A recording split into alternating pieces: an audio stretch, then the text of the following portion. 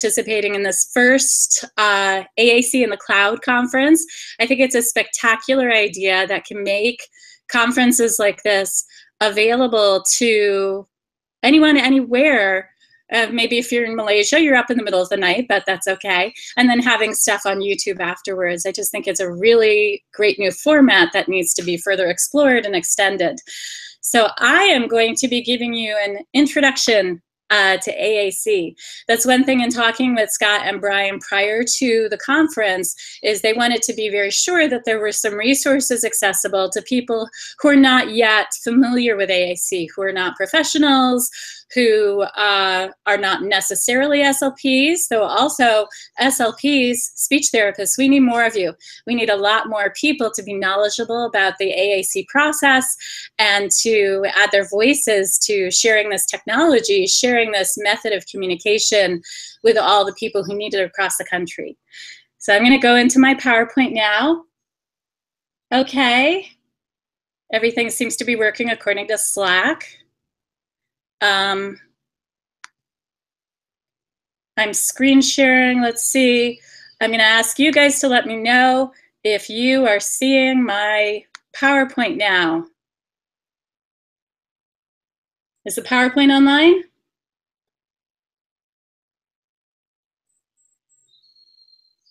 Okay, you can let me know if something is not working. Good, okay, I know that Jillian can see it, awesome.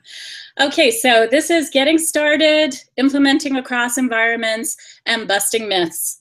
There is a lot to do. As you can see from the logo at the bottom, I work at Temple University. I am very, very lucky to be the Augmentative and Alternative Communication Coordinator for PIAT. And PIAT is the Pennsylvania Initiative on Assistive Technology. Each state and territory that are part of this country have an AT Act program, which is mandated under federal legislation. And so PIAT's role is to be that Center for Assistive Technology Information and Supports for the Keystone State, for the state of Pennsylvania. And we are headquartered in Temple University in Philadelphia, but we work with AT resource centers across the state, and we also have a lending library which is available to anybody in the state from cradle to grave, I guess you could say. And the priority for loans goes to people with disabilities for that. So PIAT is a program of the Institute on Disabilities at Temple University. And as I said, I'm the services coordinator for AAC. I am the parent of a child who's now a young adult with an autism spectrum disorder. Had a child at 29, kind of thought, wow, this parenting thing isn't as intuitive as I expected it to be. What's going on? Why is X, Y, and Z not happening? Had most of my concerns discounted or poo-pooed by my pediatricians, who kept asking me, well, is he talking? And I would say, yes, he's talking, but, and they would say, oh, we're sure you could work on that at home. So he didn't receive a diagnosis until he was almost 5. And he is diagnosed with Asperger's syndrome. And he is the reason I got into the field of speech language pathology. I started reading more and more, and figured out this is where I would like to be. So that is why I am here. And you can see the view in this picture. I live by a small lake in Bucks County in Pennsylvania. And there you see a picture of my family. The guy with the goofy blue vest, that's my son Matthew, my other son Eric, and my husband Carl. Okay, to get right to it, what is AAC? AAC, that acronym we tend to bandy about without explaining it, augmentative and alternative communication. It includes all forms of communication other than oral speech that can be used to express thoughts, needs, wants, and ideas. So we all end up using it. We all use AAC. We all use facial expressions. We use gestures. We use symbols and pictures. How many of you have sent a text or an email this morning? You're using an alternative form of communication when you do that. So AAC doesn't have to be high tech. It can be low tech. It can be something as simple as a core communication board that is available to a child in the bathtub. Take it and laminate it, hang it up on the wall of the bathtub. You can have low tech AAC with you in the bathtub. AAC is meant to be expressive. It's meant to be empowering. It's meant to make communication accessible to people who, for some reason, it may be a physical disorder, it may be a cognitive or neurological problem, do not have access to spoken language. And we really, it's hard to say exactly how much somebody knows, how much they themselves would like to express until we give them some form of communication that is accessible to them.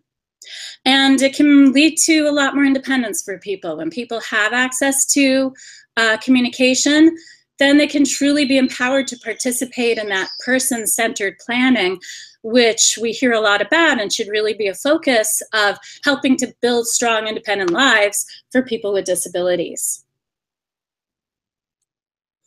Now, who is a candidate for an AAC system? Pat Miranda is an amazing researcher up, I believe, in British Columbia. And you can see the quote here, that communication only has one real prerequisite, has nothing to do with mental age, chronicle age, mathematical formulae, etc. It's basically breathing. If you're alive, you're communicating. All behavior, all different types of behavior are communicative. And we can take that and we can provide that person with access to an augmented or alternative form of communication that can help enhance their skills. And it makes me think back to one student I worked with about 4 years ago. This student had anencephaly. It was assumed that they could not do this, they could not do that they really weren't capable of doing much of anything.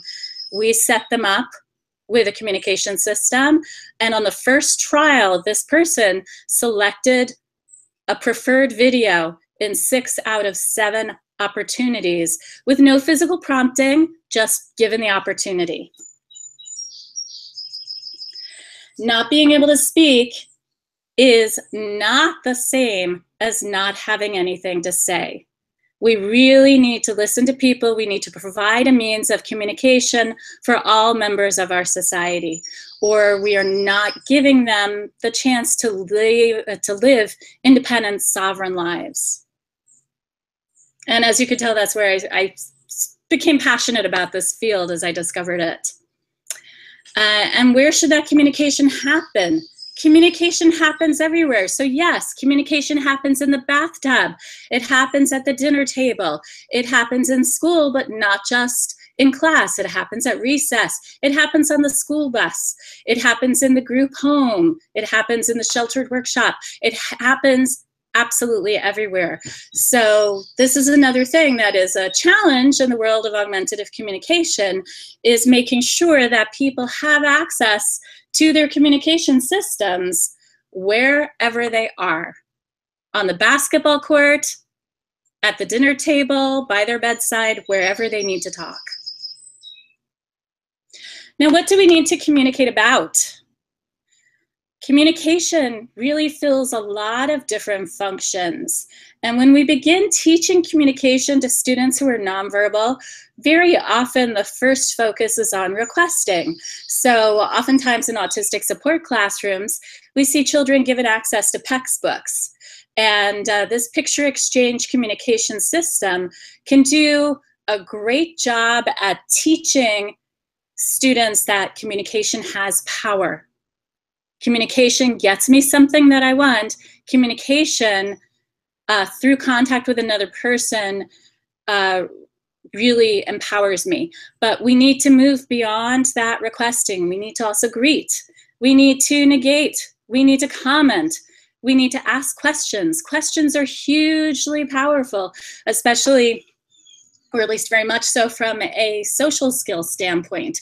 Without being able to ask questions, we can't really, it's much more difficult to draw somebody else into communication with us. Protesting here, that's huge. Being able to say, no, I don't like that. I don't want that. Stop that now. Go away. I had a student on my caseload a few years ago who used her system to let her teacher know that she was ticked off at them by saying, kiss my wheelchair. And part of me was like, well, now you should really be more appropriate in what you say, but I didn't say that. The inner part of me was going, yeah, you go, because I was so excited about how she took her words and formed them into something new and novel to say. Now, just some quick examples of what we call dedicated communication devices. The purple outlined one is a Nova Chat, available from the Saltillo company, that can be accessed through switches or through direct touch. There is the Tobii Dynavox i-Series, the i12 or 12 Plus, or the i15 or 15 Plus. Those can be accessed through direct touch, switches, or with an eye gaze accessory through eye gaze.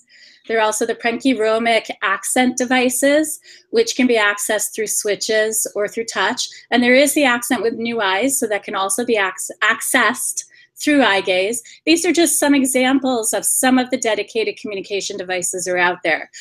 And I wanted to give you a few examples because whether something is dedicated or not is important in how it can possibly be funded.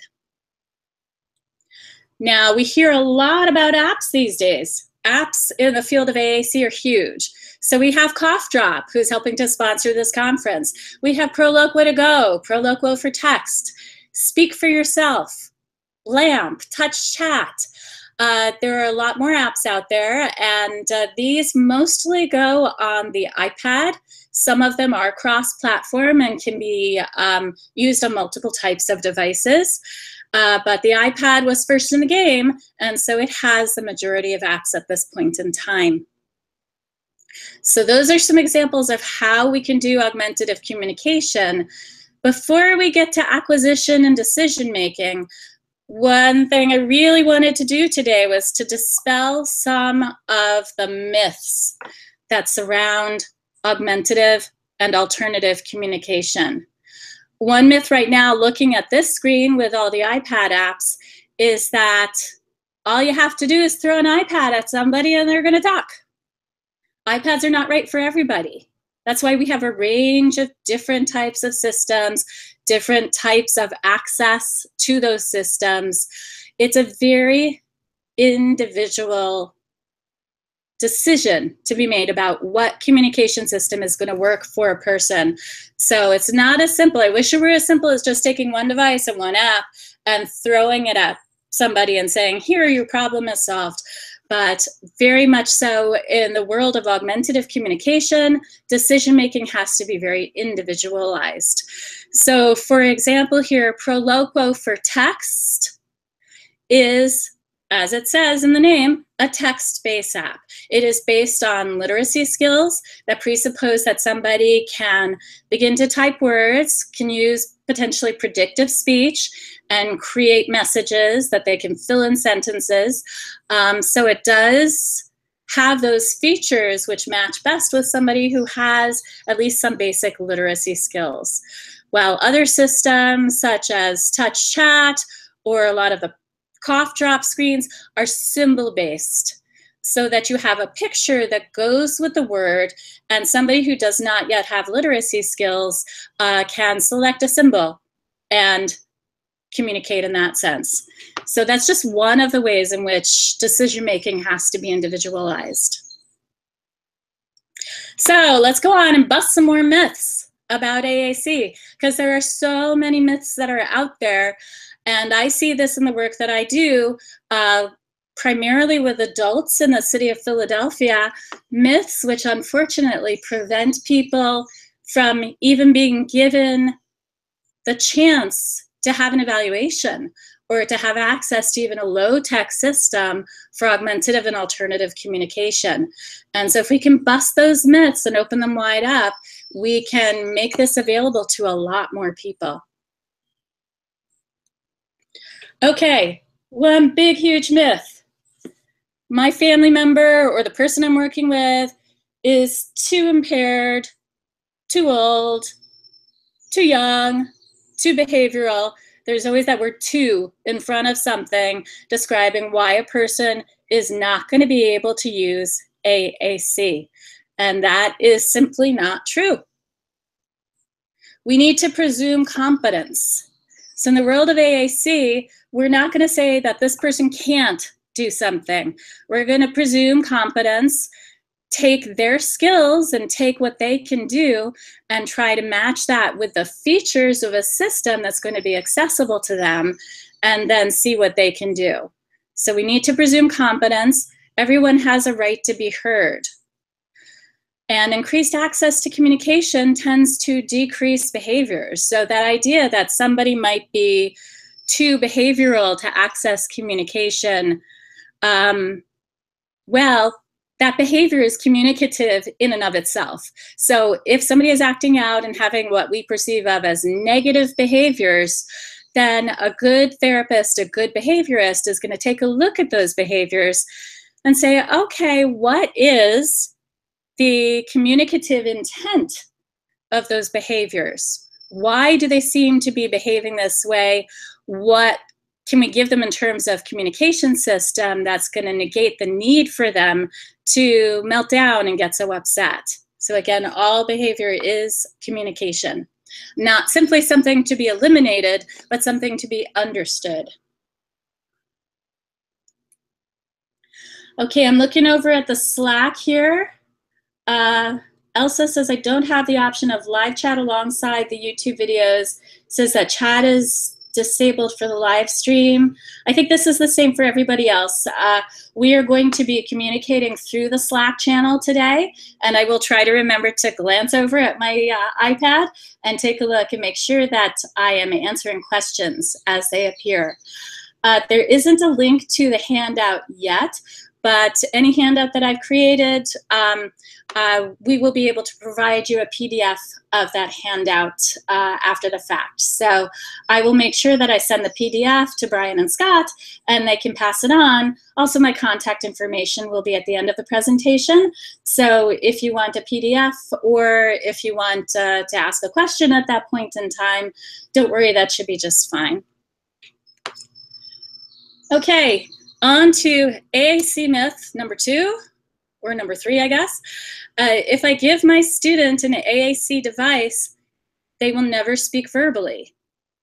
This is a very valid concern. I've heard it from a lot of parents when we've discussed opening a SET process or opting to choose some form of AAC for their child.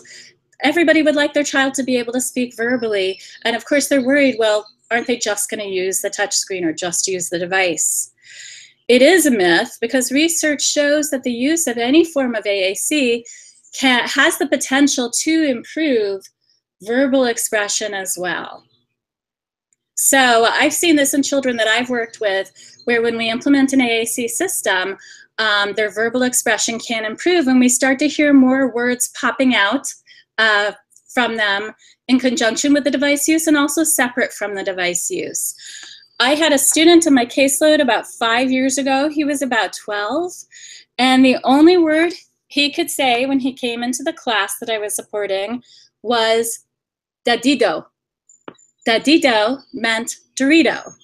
Dadido also meant computer.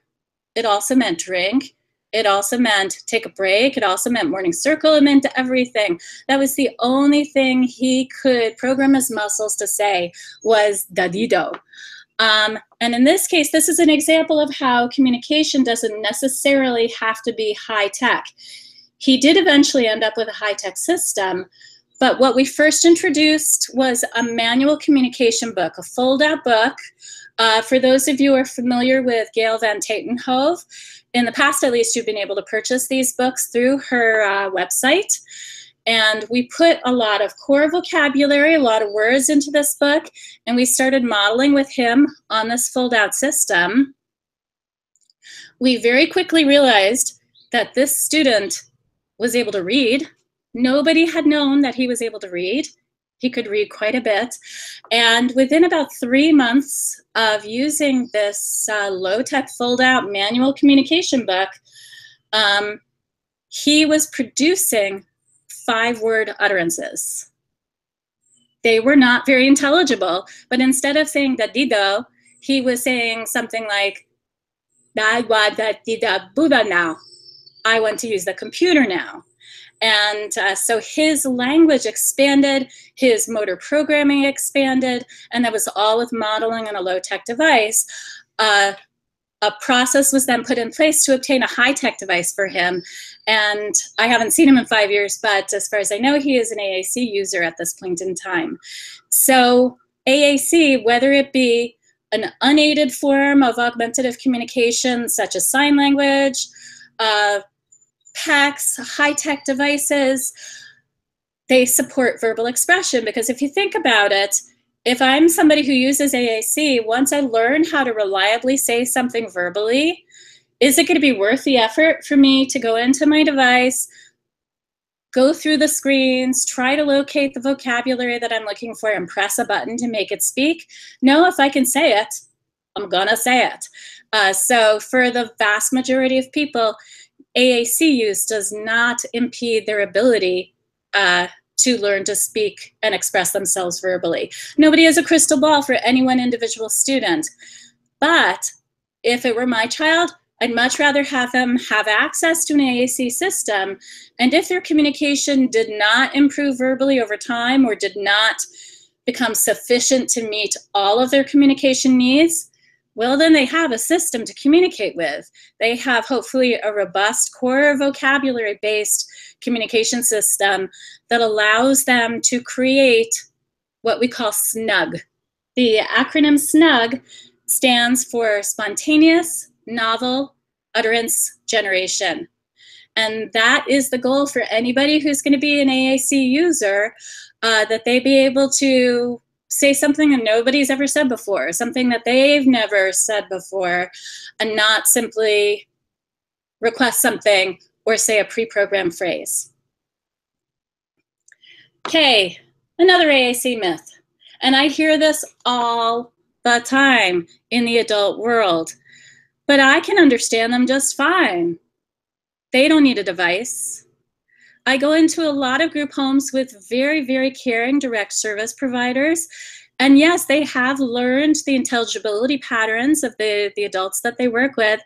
And yes, that DSP can understand what that person is saying, but that's not enough.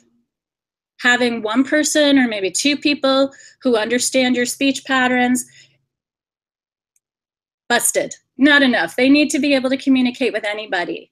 What happens when that direct service provider finds another job, or has a baby and goes on leave, or is simply out sick? That person who needs AAC should be able to communicate with anybody. The pizza guy, the doctor, the school nurse, or heaven forbid if they go into the hospital, to communicate with their nurses and doctors in that setting. So communication has to be something that's going to be understood by the novel listener who hasn't had time and hasn't had the experience to get used to those intelligibility patterns, the patterns of speech that they hear from that individual. Okay, another myth that we often hear is, first, this person needs to be able to master a low-tech system. First, they need to be able to identify objects in a field of 2. If they can't do this in a discrete trial setting, then they're not ready for AAC. And I would say no, that we have to give it a try. We have to presume that competence and see what happens. There really aren't any prerequisites for communication. And this is not in any way, shape, or form to say that that individual will not benefit from discrete trials. And if they're a child in an autistic support classroom, that there may not be a role for some of those teaching methodologies in their learning. But for communication, it functions differently. We go much more based on the natural patterns of language development that we see in typically developing kids. We want to meet that student where they are and give them that chance to engage in communication. And again, it's hard to know how much someone has to say if they don't have a means of output. Another student I had on my caseload, largely unintelligible speech, 1 to 2 word utterances, a middle schooler with an autism spectrum disorder. We put a device in front of him with core vocabulary for the first time. He went right to saying, "I want to eat fig Newtons, please." Oh my gosh, we got like 5 or 6 words out of him on his first exposure to the trial device. He had a lot to say. He simply had no reliable way of saying it. So how do we choose AAC options? And this is a big can of worms. Obviously, we're not going to solve every problem in the next like 24 minutes, but we're going to talk about and give sort of an overview of some of the ways we go about this. Again, we're looking to match the needs of the individual person with the features of the device or the app that is going to work best for them. And I can't emphasize this enough that there is no one size fits all. I've talked to principals who have said, well, we have all those students in that class, they're nonverbal. What if I buy them each a Samsung Galaxy tablet? I'm going to do that next school year. And I've tried to say, oh, wait, oh, hold on just a second, because there are a lot of problems with that approach. So how can we find out what somebody needs and what's going to work for that individual person? I do AAC evaluations since I work in the adult population. What I'm doing is I'm going into an individual's natural setting. I could have them come to Temple and we could meet in the conference room that we have at my office, but I'd really rather not do that because I'd really rather see the person in an environment that feels natural to them. I want to see them communicating where they feel comfortable. I take a look at what they're doing. I collect a lot of information. I invite that person to be a part of the conversation. And I do sort of a communication brainstorming with the entire team. How are they now expressing that they're hungry? How are they now expressing that they want to stop an activity, that they don't wish to participate? How are they now expressing when they want to comment on something or request something that's not in the environment? And based on that evaluation, we come up with some ideas of devices that that individual is going to be able to trial. And through trying several devices or several different apps for hopefully a few weeks at a time, we can gather a lot of information about what's going to work for that individual person. So there is the AAC evaluation, and what you do is going to depend upon the setting that you're in. So me, I'm in the adult population for the most part now, so that's what I do at this point. When I worked in the schools at the Bucks County Intermediate Unit, we used the SET process. SET stands for Student, Environments, Tasks, and Tools. And the beginning of each SET process was holding a meeting with the hopefully entire team of people who knew that student well and had information that they could provide us on how that person was communicating and what might work for them. And then again, we followed that with device trials. So try before you buy. Really important, because sometimes even with the knowledge that I have and the information I receive, I might guess that a person is going to work really well with a particular app or a particular device, but it doesn't float their boat. And they try something else, and that lights the fire. So we have to really also listen to the individual and see what they seem to respond to, and also what they begin to initiate communication with, hopefully. And it's a holistic process. It's a process that does take time. We're not going to have instant answers in most cases. And with a SET process, once that student has done a few trials, we reconvene that team, try to review the data, and then decide where to go next. Does take a village. So the team supporting an individual with an AAC acquisition or SET process, any kind of decision making, can include an AT representative, an SLP with the AAC experience. And again, for you SLPs who are out there, please, please, please gain knowledge in this field. Go into it. We need more people. That is a consistent theme where I live in the Philadelphia area. There are not enough of us, not enough people to support this form of communication. But we also really need our occupational therapist to talk about how they're going to access their communication. A physical therapist, if somebody has a complex body, we need to know how that person is going to be seated, how we're going to potentially mount a device onto a wheelchair or onto some other form, a hospital bed or onto a floor stand, and make it accessible to them. We need our behaviorists present who can give us information about what they believe the behaviors that that person may be engaging in are communicating. And of course, we need parents, guardians, we need the people who know and love these individuals and are the real experts on who they are, what they want, and what they can do.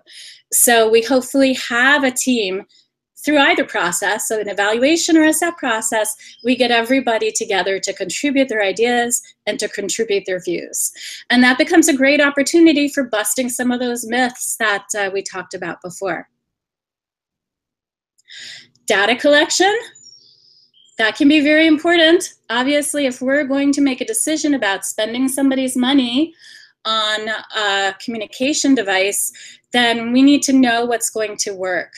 So there are all sorts of different types of data collection sheets. You can make your own.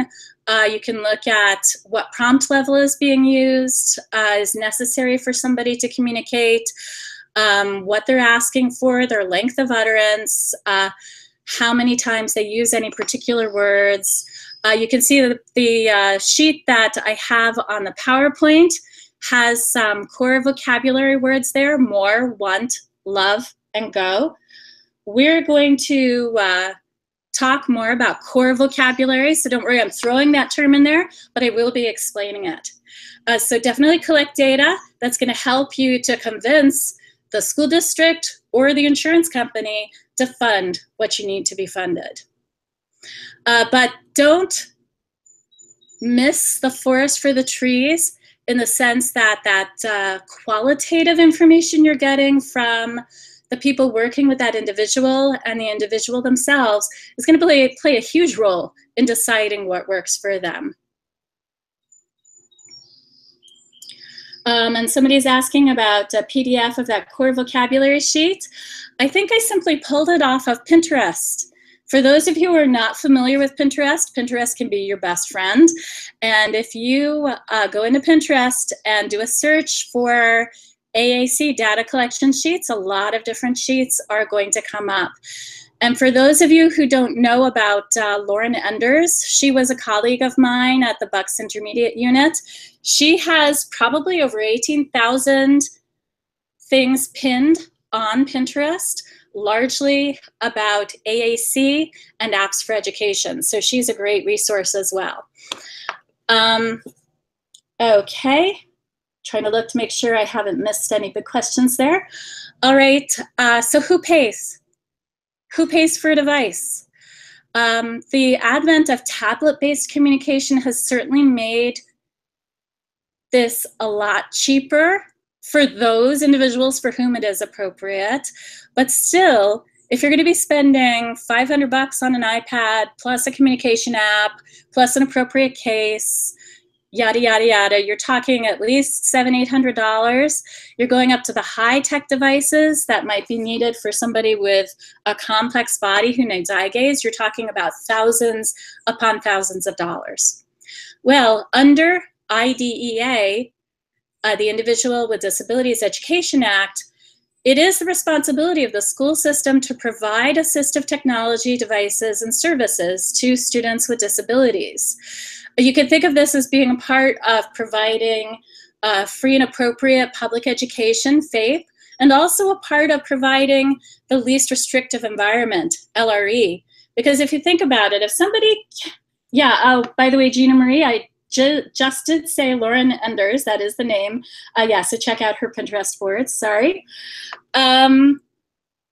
So a free and appropriate public education and a least restrictive environment. Responsibilities of the local education authority under IDEA, and how can your environment not be restricted if you can't communicate with those around you, right? So we can ask school systems to provide, which of course money is always an issue, but that is something that schools are supposed to do. But then think of it this way. The district then owns the device. If you move, or if you have a major transition, the district can then take that device back. So if you were to move across town and you're, in a different school district, you might have to go through a whole new set process to acquire a new communication system for your student or for your child. So that is an issue. And also that transition after graduation. I see a lot of young adults now in Philadelphia where the team is telling me, oh yeah, he had something, she had something, we don't know what it is, we don't have documentation of what they had, not even the app that they had, and we don't have a listing of the app and the device in the last IEP, so it's kind of like starting from scratch, and who needs that? We really need more information in transition planning documentation, and families need to be asking from the age of 14 on, okay, what happens to my child's device when they graduate, either at 18 or 21? Can we work out a way to prorate the cost of the device so it leaves with them and goes with them at the end of that period of time? So transitions are a huge, huge issue. That can be bypassed if you go through your own insurance to acquire the augmentative communication device.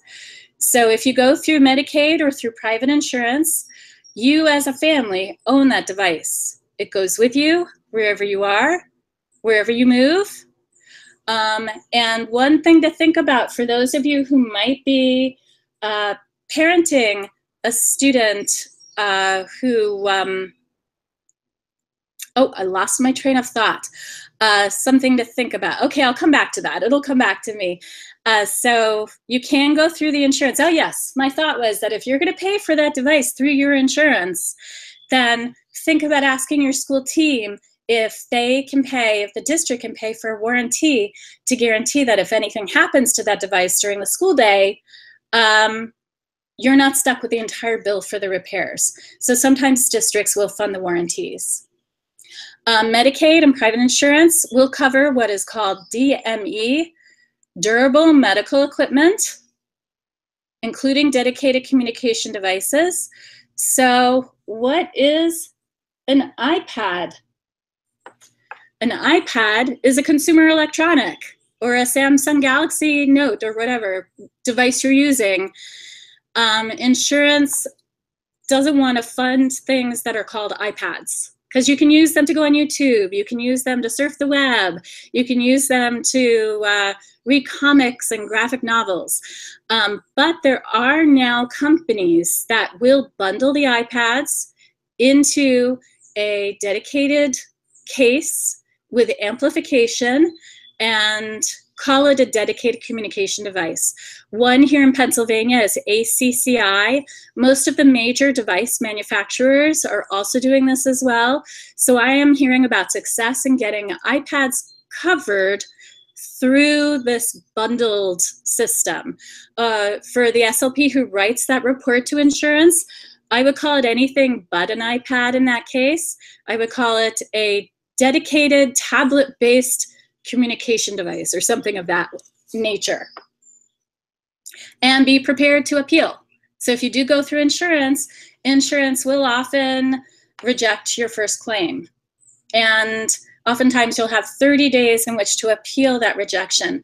One of the things that I'm hearing about lately is insurance companies working with one particular device manufacturer as an in-network provider. This makes me just a little bit insane, because I've had people who've said, well, I've talked to my insurance company and they won't give my child a Nova Chat, but they said we will give them a Dynavox.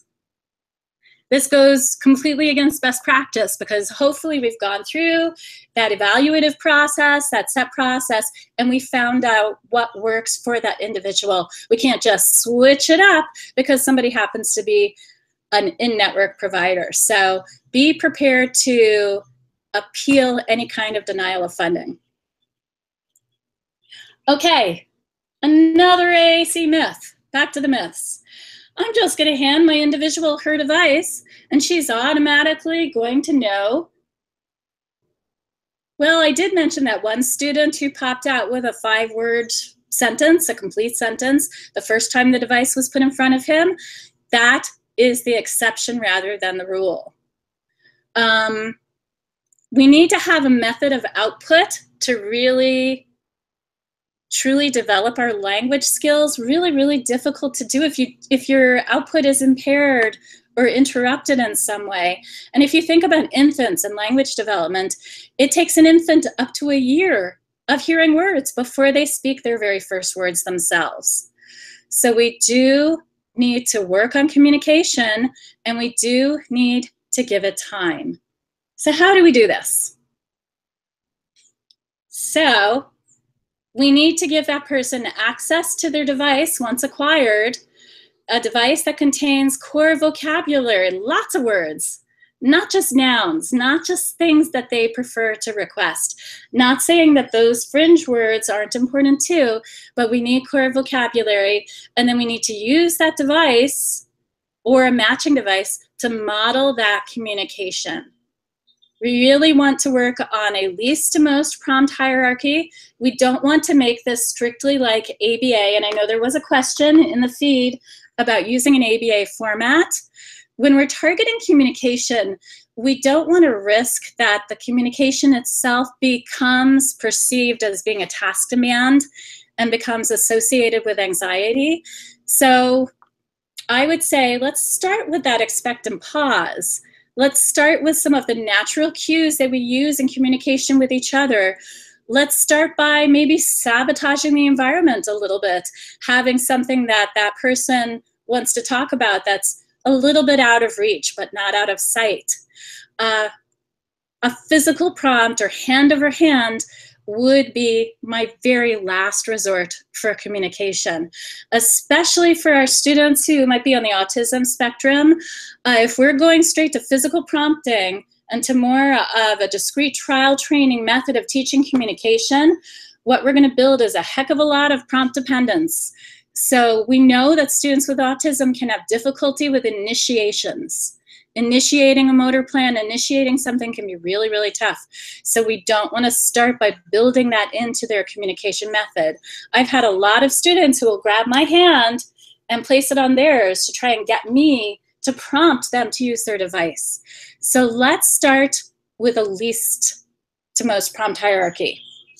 And let's provide access to that communication system across settings. And the prompt hierarchy in the PowerPoint here was created by Rachel Langley. I believe she's in one of the other presentations this morning, simultaneous with mine.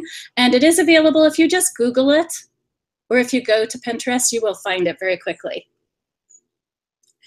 So now I keep talking about this whole core vocabulary thing. And I know we're going very fast and I'm running out of time, but basically core vocabulary words are high frequency words. They are the words that we say and use most of the time. So words such as want, need, go, make, do, not, stop, up, down, off, come. These are not primarily nouns. And these words ensure that we have access to that snug, to that spontaneous, novel utterance generation. So if you compare the words iceberg and cold, iceberg might be useful in science class, it might be useful in the supermarket, but the word cold is going to be useful everywhere. Here is an example of a core communication board that I created. And this is a low-tech board. I used it a lot when I was doing direct speech therapy with students. And you can see the words on here are not noun-based.